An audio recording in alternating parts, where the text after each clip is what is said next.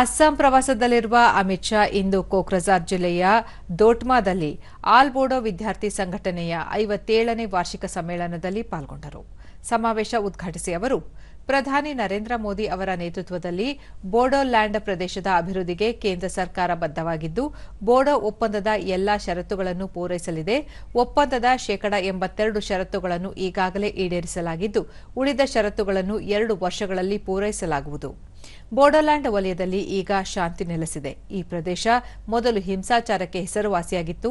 ಆದರೆ ಈಗ ಈ ಪ್ರದೇಶದ ಯುವಕರು ಅಶಾಂತಿಗಿಂತ ಅಭಿವೃದ್ಧಿಗೆ ಆದ್ಯತೆ ನೀಡುತ್ತಿದ್ದಾರೆ. ಬೋಡೋಲ್ಯಾಂಡ್ನ ಸಮಗ್ರ ಅಭಿವೃದ್ಧಿ ಕೇಂದ್ರ ಸರ್ಕಾರದ ಆದ್ಯತೆಯಾಗಿದೆ. ಸುಮಾರು 1,500 ಕೋಟಿ ರೂಪಾಯಿ ವಿಶೇಷ ಅನುದಾನವನ್ನು ನೀಡಲಾಗಿದೆ.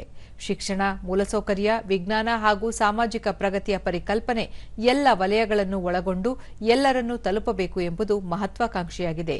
ಇಂತಹ ಉನ್ನತ ಗುರಿ ಸಾಧನೆಯ ಹಾದಿಯಲ್ಲಿ ಈಶಾನ್ಯ ರಾಜ್ಯಗಳ ಕೊಡುಗೆಯೂ ಮುಖ್ಯವಾಗಿದ್ದು, ವಿಕಸಿತ ಭಾರತ ಜಾಗತಿಕ ಜ್ಞಾನಶಕ್ತಿಯ ಕೇಂದ್ರವಾಗಲಿದೆ ಎಂದು ಅಭಿಪ್ರಾಯಪಟ್ಟಿದ್ದಾರೆ.